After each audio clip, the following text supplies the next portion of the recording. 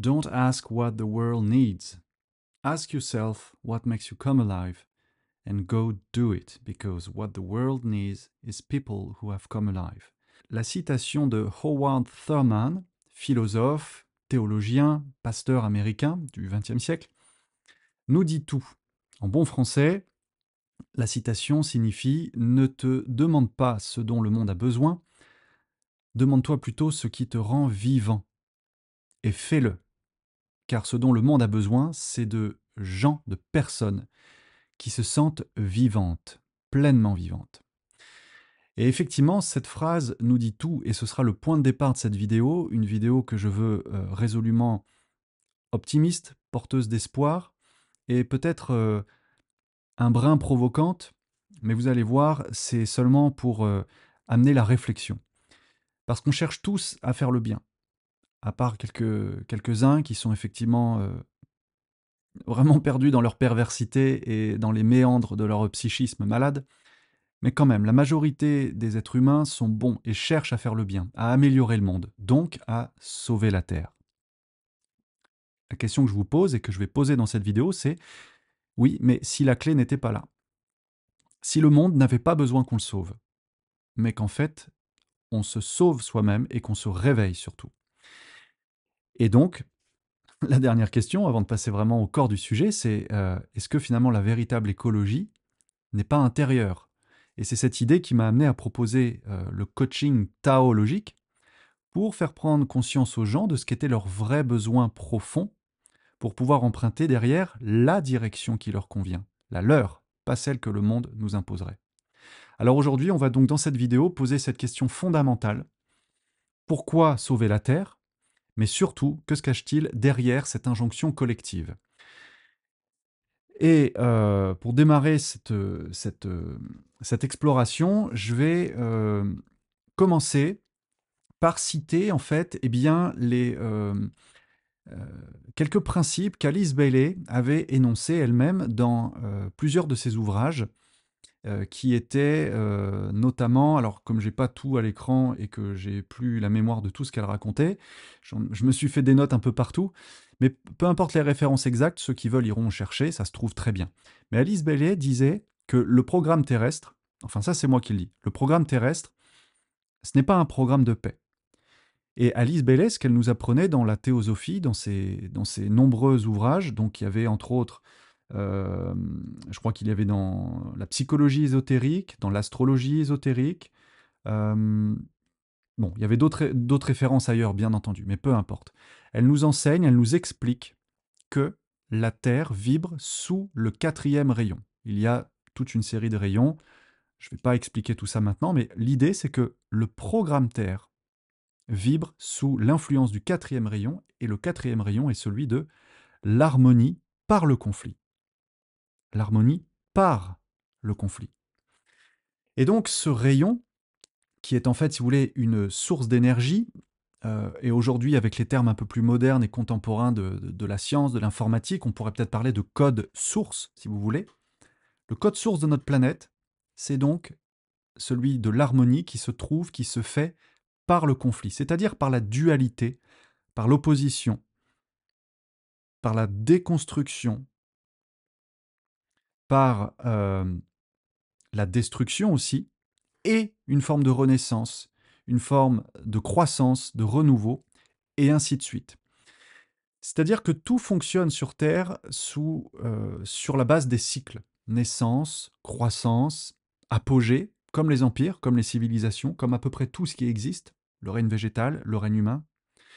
Et puis après cet apogée, déclin, destruction, dégénérescence, renaissance, etc. C'est donc un programme, une matrice, pour vous en avoir souvent parlé sur ce canal, dans mes vidéos, une matrice qui génère du contraste, qui génère en fait eh bien, des périodes de conflit, d'opposition, de polarité, de dualité, pour engendrer la conscience.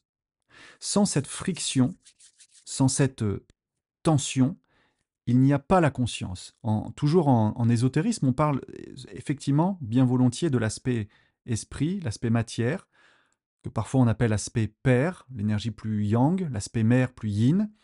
mais que de la confrontation, de l'opposition de ces deux pôles naît le troisième pôle, le troisième principe, qui est celui de la conscience, du fils, de la fille, mais en tout cas du troisième principe, la conscience donc. Et l'idée derrière ça qu'il faut retenir, c'est pas, il faut pas aller retenir ce que dit la théosophie, c'est pas ça qui compte, c'est l'idée qu'elle propose, et qui est, elle, par contre, je pense, pertinente, eu égard à toutes les traditions dans le monde, notamment celles qu'on retrouve dans le Tao, sur la voie du milieu, sur l'équilibre, c'est que rien n'est stable.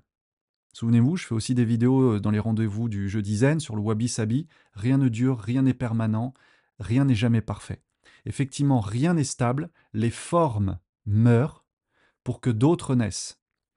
Et c'est ce qu'on a vu, enfin c'est ce qu'on a vu pas de nos propres yeux, puisque notre espérance de vie étant très limitée, mais en tout cas c'est ce que, on va dire, la connaissance, l'étude des sols, notamment par les fouilles, nous montre, grâce aux strates géologiques qu'on retrouve dans la roche, qu'on retrouve dans les cavités, qu'on retrouve dans les troncs des arbres, avec les carottes aussi qu'on prélève dans les sols, on sait il y a eu, même si on ne nous dit pas tout et même si on doit falsifier très largement l'histoire, on comprend, on devine, on sait quand même qu'il y a des cycles et qu'il y a des périodes de destruction, des périodes de grands, alors je sais que c'est un mot à la mode, mais ça n'a rien à voir avec la politique, de grands remplacements de civilisations, de conditions climatiques, etc., pour laisser la possibilité à d'autres formes de vie d'apparaître et de naître, qui seront plus adaptées peut-être à leur milieu, à leur époque, et surtout à la conscience du moment. Et l'humanité elle-même évolue par tension, par crise, par polarité. Alors je vous donne comme ça juste une citation pour vous donner un petit aperçu, mais allez chercher par vous-même, c'est plus important. Par exemple, Alice Bailey écrivait dans un de ses ouvrages, donc c'est peut-être dans l'astrologie ésotérique, je crois que c'est dans l'astrologie ésotérique, que l'harmonie exprimée dans la beauté et la puissance créatrice s'obtient à travers la lutte. Et ça, c'est quelque chose qui fait beaucoup de mal, je dirais, aux esprits les plus bienveillants, les plus tendres, euh, les plus, comment dire, peut-être parfois qui ont le moins le principe de réalité en face des yeux et qui vivent dans une forme d'idéalisme et qui ne supportent pas, qui ne tolèrent pas la violence de ce monde, la brutalité de cette réalité, parce qu'en fait, ce monde est un monde d'opposition, de brutalité, de dualité, de friction, de combat, de lutte. Euh, j'ai envie de vous dire, si vous aimez la nature, observez-la, vous allez voir que c'est tout sauf le règne de la paix et de la concorde. C'est le règne de la coopération, de l'évolution collective, on est bien d'accord, mais les oiseaux mangent des vers à longueur de journée. Est-ce que le ver, lui, a demandé à être mangé par un oiseau? Je ne sais pas. Tout fonctionne sur cette lutte qui est effectivement une forme de croissance, mais qui doit passer par le conflit. Alors non, la Terre n'est pas un paradis perdu qu'il faut restaurer. En tout cas, c'est la proposition que je vous fais, et vous allez voir comment je l'amène, et surtout, je le redis, le cœur de cette vidéo, c'est un message d'espoir et d'optimisme. Donc non, ce n'est pas un paradis perdu, et c'est surtout un champ d'expérience qui est conçu pour apprendre à aimer dans la dualité. Alors, le troisième point que je vais présenter ici à 9 minutes, et j'ai oublié à combien était le premier point, c'est pas grave, c'est qu'effectivement, dans ce monde, dans cette matrice qu'on peut volontairement, volontiers voir comme un programme, il y a des forces de contrôle. Voilà, il y a des forces de contrôle qui entretiennent le chaos. Alors c'est là où effectivement ça peut déconner, c'est que certaines forces, et je ne vais pas m'étendre sur le sujet pour en avoir déjà parlé ailleurs, certaines forces qu'on appellera peut-être les contrôleurs, les élites, les agents de contrôle, les archontes, peu importe, peu importe. Mais il y a des autorités, c'est ça qu'il faut saisir, c'est qu'il y a des autorités dans ce monde qui ont compris comment fonctionne ce code source, harmonie par le conflit. Et elles l'utilisent ce code, et elles l'utilisent ce chaos, ce conflit. Elles le nourrissent même. Parce que de ce chaos, de ce conflit, naît énormément d'énergie.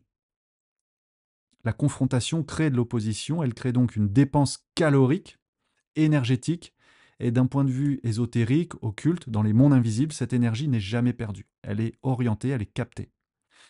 Et donc ces forces utilisent et nourrissent ce fameux code source de la Terre. Et donc, elles ont très bien compris qu'en créant du chaos artificiel, elles peuvent maintenir cet état de peur et de dépendance en nous. Ces forces qui sont visibles, qu'on appelle donc dans leur face visible les élites, qui n'ont rien à voir avec des élites, mais bon, c'est un peu le nom qu'on donne quand on veut pointer du doigt les responsables dans le milieu de la finance, dans le milieu des lobbies, dans le milieu de l'armement, dans le milieu industriel, dans le milieu politique, dans le milieu occulte, dans le milieu des cercles de pouvoir, de décision. Bref, forces visibles et invisibles, elles se cachent effectivement dans les lieux de pouvoir. Donc je viens de le dire, ça peut être la finance, l'armement, l'industrie pharmaceutique, la politique, les royautés, peu importe, peu importe. On sent bien, on sent bien que ça se passe par là quand même. C'est pas chez vous, c'est pas chez moi. Et que ces forces pensantes et agissantes, elles orchestrent. Voilà, c'est ça la clé du message ici, dans ce chapitre, c'est qu'elles orchestrent des électrochocs successifs pour nous induire dans un état de sidération, de peur, de dépendance. C'est ce qu'on appelle la stratégie du choc. Naomi Klein en a magnifiquement bien parlé et surtout l'a bien identifié dans son livre de référence, La stratégie du choc. Et donc c'est ça que nous, on voit sous la forme de crise financière, politique, institutionnelle, sociale, monétaire, les guerres, les pandémies, les urgences climatiques, etc., etc. Stratégie du choc. Tout ça est donc provoqué de manière artificielle pour engendrer chez nous la peur, puis proposer derrière la solution. Toujours le même réflexe. Problème, réaction, solution. C'est ça qui vous fait générer de l'énergie, c'est ça qui vous fait générer des émotions, c'est ça qui est capté. Et donc comprenez que dans ce programme Terre, l'harmonie par le conflit, ces puissances, ces intelligences maintiennent en fait une sorte de statu quo qui, de leur point de vue, est une harmonie par le conflit. On génère des électrochocs sans arrêt. Une guerre en remplace une autre, une pandémie en remplace une autre, une crise en remplace une autre, et ça n'arrête jamais. Jamais. J'ai 40 ans, ça fait 40 ans que j'entends parler de crise. Dans les années 80, c'était le chômage, la fracture sociale, euh, la guerre, le bloc soviétique contre les États-Unis, la chute du mur, puis la guerre en Irak, puis euh, les attentats du 11 septembre, puis ça n'a jamais arrêté. Je fais appel à votre mémoire. Et donc, ma transition ici, ce que je veux faire apparaître, c'est que dans cette logique, alors si certains d'entre vous pensent que ce que je dis est complotiste, c'est un mot, et moi je ne vois pas ça comme du complot, je vois ça comme de l'analyse.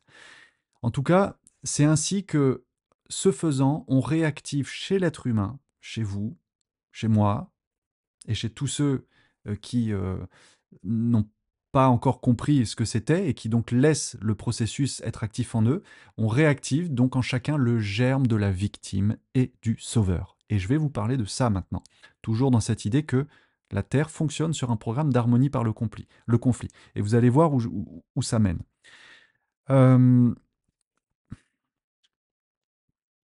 Le complexe, oui, de rédemption. Alors, ça, je le vois vraiment comme une tenaille, une sorte de tenaille invisible et néanmoins euh, efficiente, active, dans les faits.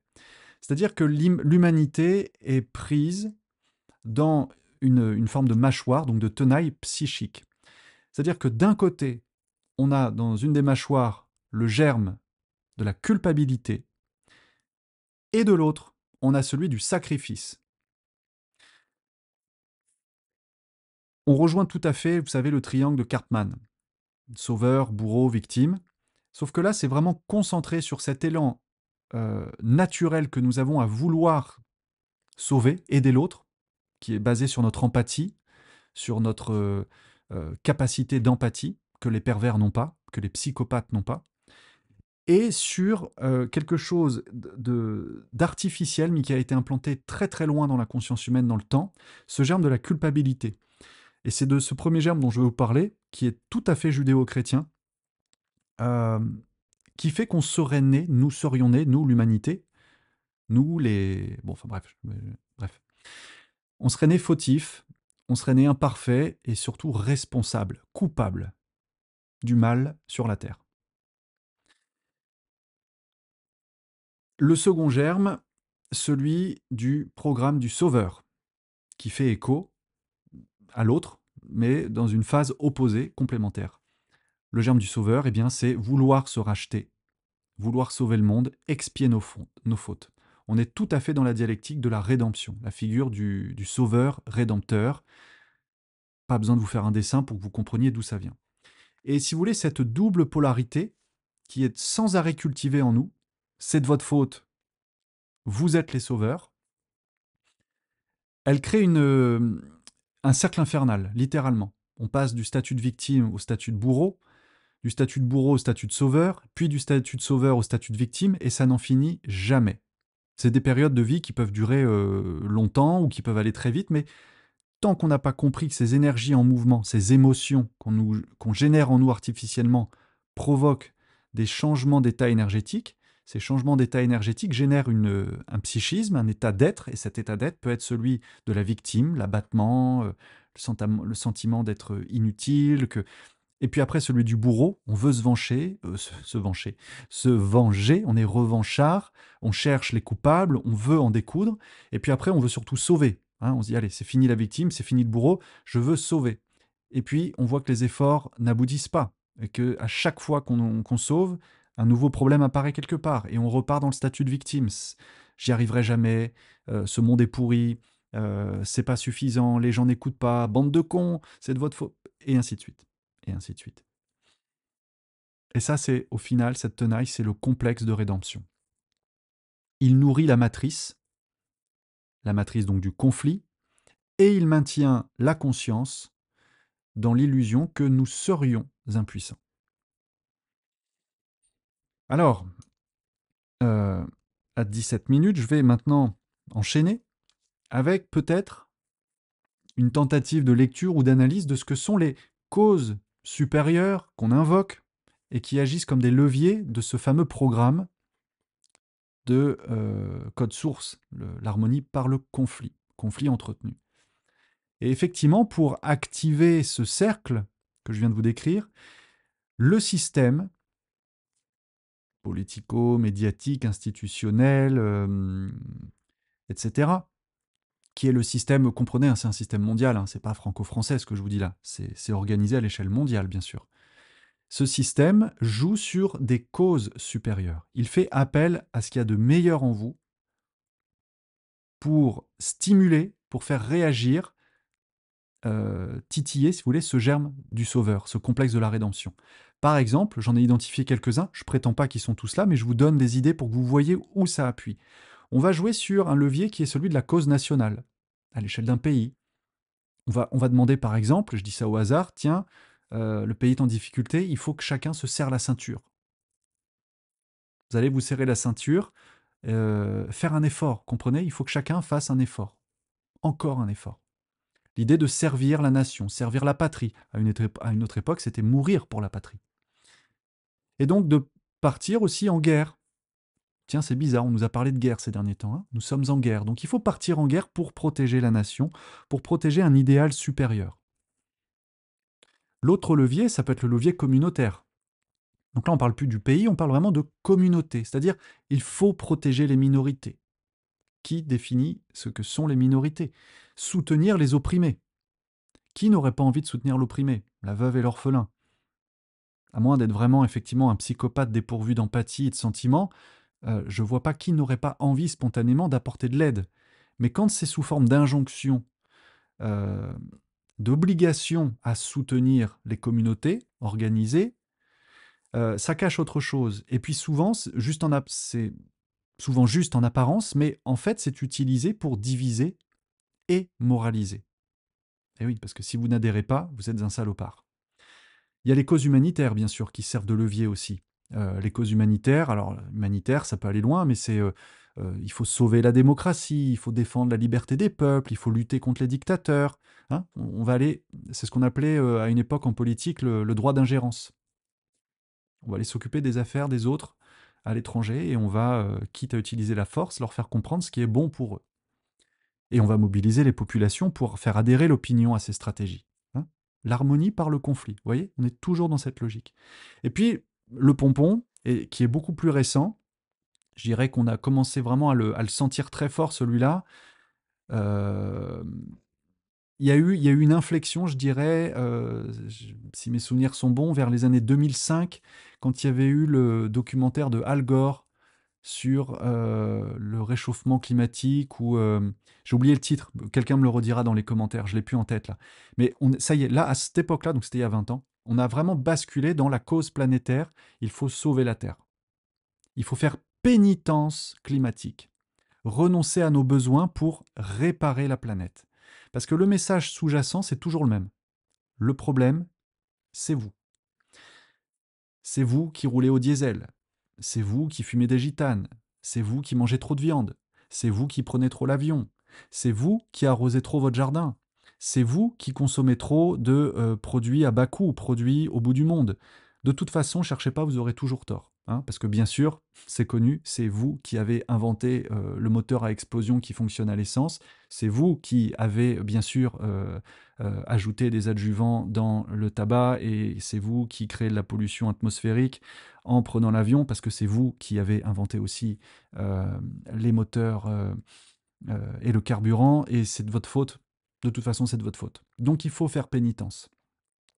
Et tant que vous croyez et que vous adhérez au fait que c'est vous le problème, eh bien, vous ne découvrez jamais qu'en fait, c'est vous la solution. Puisqu'on entretient cette illusion, cette idée artificielle que vous êtes le problème. Et qu'il faut donc aller comme ça vers un grand reset de notre culture, de nos besoins. Souvenez-vous, vous ne posséderez rien et vous serez heureux. Parce qu'évidemment, en plus, si vous possédez un toit sur la tête, ce qui est la base de votre sécurité, c'est que là encore, vous n'avez rien compris. Et vous êtes un sale égoïste. Donc finalement, vous pouvez le prendre sous tous les angles que vous voulez. Si vous n'adhérez pas aux injonctions collectives, vous êtes un salopard. Et c'est de votre faute. Alors, mon sixième point ici, pour enchaîner et poursuivre le raisonnement, c'est de dire qu'il y a, de ce point de vue-là, un vrai détournement spirituel. Il y a ce moment où notre esprit a été hijacké, détourné, si vous voulez. C'est là qu'intervient donc ce que j'appelle, ou ce que j'ai appelé dans l'intro, cette espèce de grand détournement, enfin, grand remplacement, mais un détournement de la vision spirituelle aussi. C'est-à-dire que, et là je parle vraiment du monde spirituel, hein, le monde ésotérique, le monde du nouvel âge, le monde du développement personnel, si vous voulez, mais ce monde-là aussi a été très insidieusement et très intelligemment, il faut le reconnaître, infiltré, perverti, retourné, de manière à nous faire croire aussi que la spiritualité, eh bien en fait, ça consiste à sauver le monde. Euh, Exemple, des grands rassemblements de masse pour faire organiser des prières collectives à des heures données, sur des lieux donnés, avec des archétypes désignés. Euh, le fait qu'il faut invoquer, oui, des figures de rédemption, des figures tutélaires qui viendraient nous sauver ou qui viendraient nous guider. En tout cas, il y a eu une opération de conscience sur la spiritualité, alors qu'en fait, profondément, ce que signifie spiritualité, le lien à l'esprit, à notre esprit, tête, cœur, eh bien, c'est de réparer le lien avec soi-même. C'est pas de déléguer son autorité à quelque chose d'extérieur, c'est pas d'envoyer son énergie sur une cause en dehors de nous, c'est déjà de réparer le lien de divinité à l'intérieur. Et quand on vous incite sans cesse à sauver, à vous sacrifier pour la lumière, eh bien en fait on vous détourne de votre feu intérieur. Et on le détourne où, ce feu intérieur? Vers l'extérieur, pour nourrir des égrégores, pour nourrir des causes qui vous dépassent, pour nourrir des plans supérieurs de lumière ou autres qui, bien sûr, ont besoin que vous les nourrissiez, parce qu'ils ont besoin de votre énergie pour continuer d'exister. Et ça, c'est une fuite de puissance. Vous servez, c'est pas une accusation, hein, je dis vous, mais c'est collectivement, quand on fait ça, on sert le programme du conflit. L'harmonie par le conflit, souvenez-vous. Au lieu d'allumer notre propre lumière. Parce que là, je m'appuie sur cette définition que donne Krishnamurti de ce qu'est la violence, que je trouve remarquable. Et il nous explique, Krishnamurti, que la violence, ça consiste à surimposer ce qui devrait être à ce qui est. C'est-à-dire qu'en fait, en nous, on crée des fractures, des dissociations en permanence. Je devrais être plus amour, je devrais être plus intelligent, je devrais être plus économe, je devrais être plus sobre, cette fameuse sobriété heureuse. J'ai rien contre l'idée de sobriété heureuse, mais toujours l'idée de je devrais être plus ou moins quelque chose. La violence est là, et donc cette violence fait que nous avons le conflit en nous. Harmonie par le conflit. On entretient ce conflit en nous. Donc il ne pourra pas y avoir d'harmonie dans le monde tant que l'harmonie n'est pas faite en nous. Et là, dans cette idée de détournement spirituel, je veux vous amener à envisager, à voir. Je ne vous demande pas d'adhérer, je vous demande au moins de réfléchir à cette question, qui est que s'il y a une fuite de puissance, la vôtre, hein, à l'extérieur, eh bien, vous continuez indirectement à servir le programme de conflit au lieu d'allumer votre propre lumière intérieure. Et c'est là où la citation de Howard Thurman que je vous lisais au début prend tout son sens. Ce dont le monde a besoin, c'est de gens pleinement vivants. Et je vais même nuancer, enfin, essayer d'être plus précis que ça, parce qu'en anglais, le verbe, le groupe verbal to come alive, venir vivant, ce qui ne veut rien dire en français, mais c'est l'idée d'être animé, littéralement, animé d'un feu. Come alive, c'est comme si vous allumiez une torche. Et bien ça, come alive, être animé, anima, c'est la vie de l'âme en vous. Comment est-ce que vous activez votre âme? Les Japonais ont un mot pour ça. Ils parlent de la raison d'être qui est ikigai. Comment est-ce que vous activez votre raison d'être? Donc en fait, il n'y a pas de sauveur, vous voyez, mais il y a des consciences éveillées. Alors, mon 7e point maintenant, c'est, toujours en suivant ce fil directeur, comment, voilà, si vous commencez à avoir un petit peu le fil de pensée, la question légitime à se poser maintenant, c'est de se dire, très bien, comment créer une brèche alors? Comment rompre ce cercle infernal d'injonctions, de problèmes, réactions, solutions, culpabilité, rédemption, archétype du sauveur, etc. Comment créer une brèche dans cette matrice, dans ce code source qui fait qu'on est tout le temps pris et externalisé de nous-mêmes? Eh bien, c'est là où je propose cette idée que le vrai travail spirituel, c'est effectivement de créer une faille, véritablement. Alors, il y a un petit mot aujourd'hui qu'on connaît un peu pour ceux qui parlent anglais, c'est glitch. Glitch, c'est comme, vous savez, quand vous regardez une vidéo et puis l'image, il y a un soubresaut, ou il y a elle tressaute. C'est une sorte de coupure. En fait, c'est l'idée de créer une brèche dans la matrice. Donc, pas dehors, comment dire, pas de chercher à ascensionner, vous voyez, de fuir. C'est bien l'idée d'être dedans, mais de mettre un grain de sable dans l'engrenage, d'enrayer le rouage, si vous voulez. Et cette brèche, en fait, c'est une faille de lumière. C'est un reset, mais qui n'est plus le reset extérieur qu'on veut nous imposer de force, hein, le reset écologique, sociétal, politique, économique, technologique. Non, c'est un reset intérieur. Une forme de piratage, puisque je vous ai parlé tout à l'heure de détournement, un piratage du code qui en fait va générer un court-circuit de lumière dans votre matrice. Ça va donc devenir, et je vais continuer de filer la métaphore avec la brèche, une vraie dissonance, mais plus une dissonance cognitive où c'est vous qui souffrez de cette dissociation, c'est une dissonance parce qu'en fait vous vous unifiez à vos besoins propres, à la connaissance de qui vous êtes, et donc ça crée une dissonance dans le système établi. En termes quantiques, aujourd'hui, on parlerait volontiers d'un point de rupture quantique. Et en fait, c'est quoi ce point de rupture quantique? C'est le moment où vous activez votre centrale de conscience. Pôle esprit, pôle matière. Le continuum des deux, c'est la conscience. Il n'y a plus de séparation entre votre spiritualité et votre incarnation. Vous savez ce que vous êtes, vous savez qui vous êtes, vous avez conscience de qui vous êtes. Et donc de votre pouvoir, de votre puissance. Activez votre centrale de conscience. Vous n'obéissez plus à la peur, vous n'alimentez plus la culpabilité, vous redevenez votre propre système d'exploitation, pour utiliser le langage informatique. Et là, il y a quelque chose qui change à ce moment-là, vraiment. C'est que la matrice, ce que j'ai appelé souvent la matrice, et ce que là j'explique comme étant ce système, si vous voulez, de contrôle, la matrice n'a plus de prise sur vous. Parce que la matrice ne peut contrôler qu'un être endormi, inconscient de lui-même. Et c'est là où je voudrais m'arrêter maintenant sur mon 8e et presque dernier point. C'est donc sur cette idée qu'en fait, qui n'est pas de moi, et tout le monde le dit, ça, que tout est en vous. Je suis d'accord. Mais là, je voudrais vous parler donc de l'image de la boîte de Pandore inversée. Alors, pour ceux qui ont oublié ou qui ne connaissent pas, vous irez voir qui était Pandore et pourquoi on parle d'une boîte de Pandore. Je voudrais juste m'arrêter sur l'étymologie de Pandora.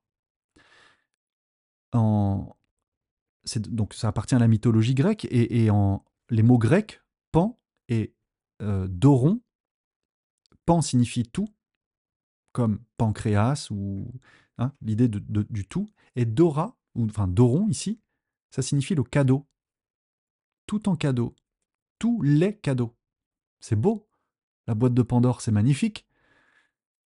Pourquoi je dis qu'elle est inversée? Parce que tel qu'on nous l'a présenté dans la mythologie, lorsque Pandore ouvre sa fameuse jarre, sa cruche, il y a, si vous voulez, tout un tas de comment dire, de malédictions, en fait, qui s'en échappent. Tous les dons s'échappent de cette jarre, sauf celui, effectivement, de l'espoir, de l'espérance. Moi, si je vous en parle ici, c'est pour me réapproprier en quelque sorte cette image de Pandora, tout en cadeau. C'est pour comprendre ce que déclenche ce réveil en vous, et qui donc revient au mythe de Pandore. C'est-à-dire que chez Hésiode, qui raconte, qui écrit sur ce mythe, il la nomme aussi Pandora Anésidora, celle qui fait sortir les présents, les cadeaux, donc des profondeurs, des tréfonds. Et on oublie souvent que Pan, effectivement, parce que quand les médias ou quand quelqu'un utilise l'image de la boîte de Pandore, tout de suite on a une image terrible, alors qu'en fait c'est pile l'inverse. On oublie que Pandora, ça, c'est tout et le don. Donc tous les dons.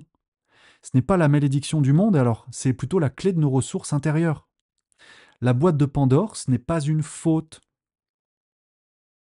c'est une ouverture. Et donc, dans cette version inversée, mais je pense qu'il y a la version originelle et qui est la version positive du mythe, elle ne libère pas les maux, les malédictions, elle libère en fait les dons enfouis, vos dons, votre potentiel, votre puissance. Et pour les forces de contrôle, ça c'est un cataclysme. Ah oui. Donc là on peut se dire, tiens c'est bizarre, peut-être qu'effectivement la boîte de Pandore nous a été présentée comme un véritable cataclysme, une malédiction pour l'humanité, parce qu'en fait, ce serait une malédiction et un cataclysme pour les agents de contrôle et ce code source qui génère du conflit. Parce que un être qui ouvre sa boîte intérieure, vous, et qui découvre ses dons, sa liberté, sa souveraineté, il devient imprévisible, ingouvernable, parce qu'il est vivant. What makes you come alive, ce qui vous rend vivant. Quand vous trouvez votre raison d'être intérieure, vous êtes vivant, vous êtes allumé, animé.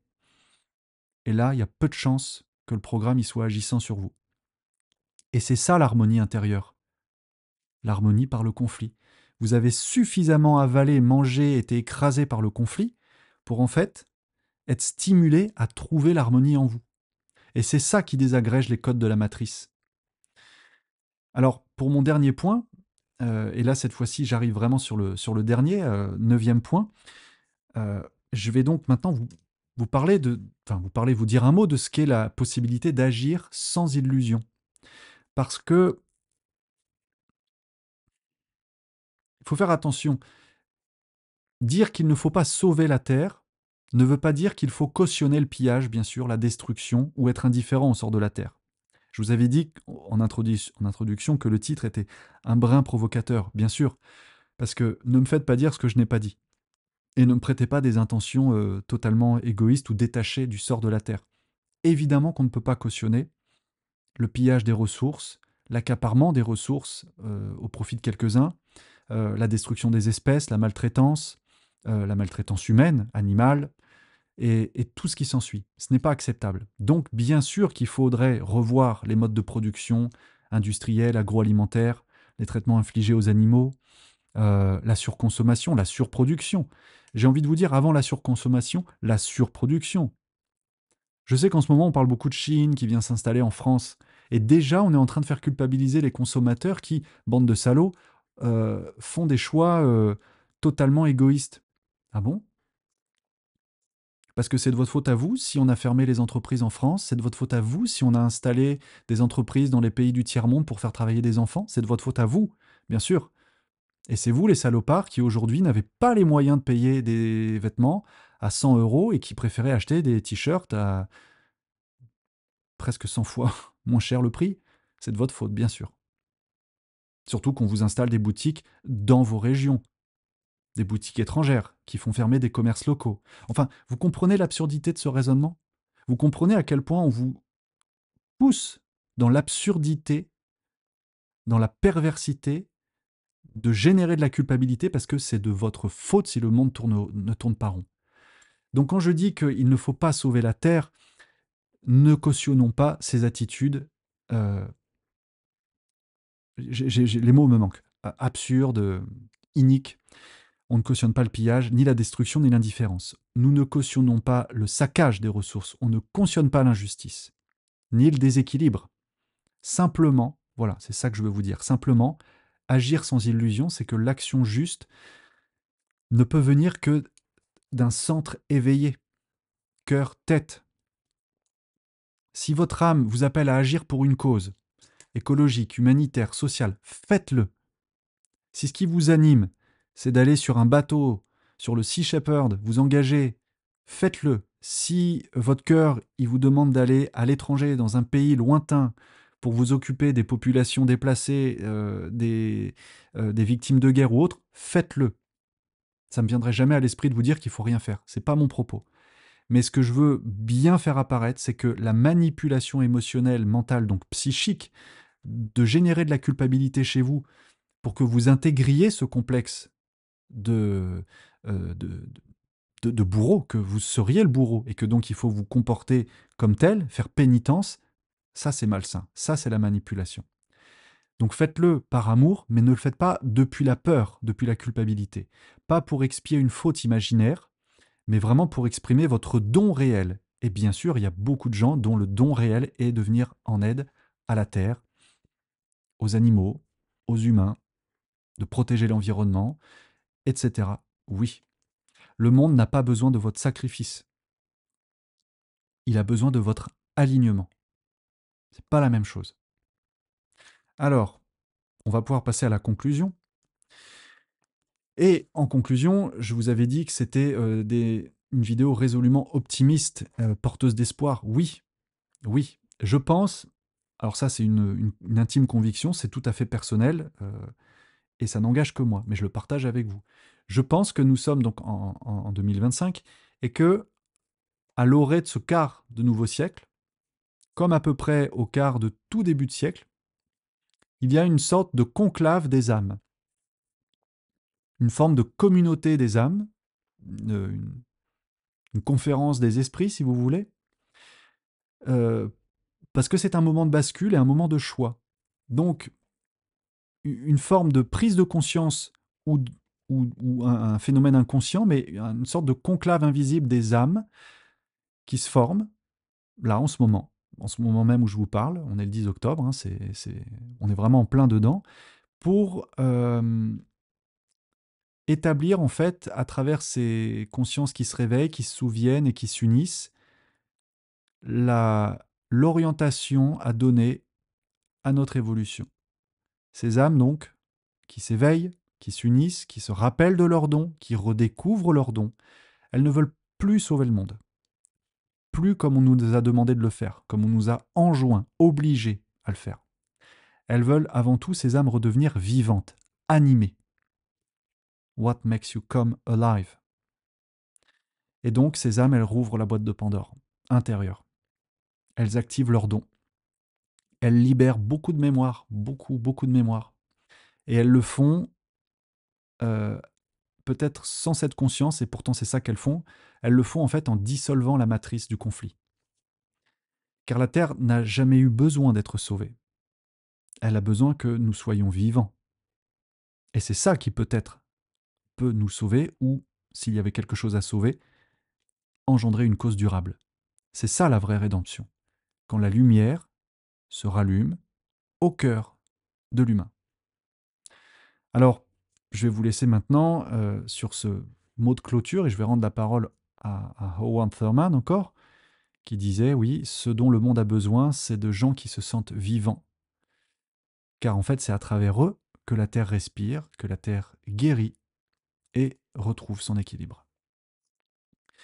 Merci pour votre écoute. J'espère vraiment que cette vidéo va vous faire réfléchir positivement, qu'elle va insuffler de l'espoir, de la motivation et une forme de légèreté dans votre cœur et dans vos esprits à ne plus nourrir ces paquets ces paquets de culpabilité, de fardeau que l'on porte parce que ce serait de notre faute. Ça ne l'est pas.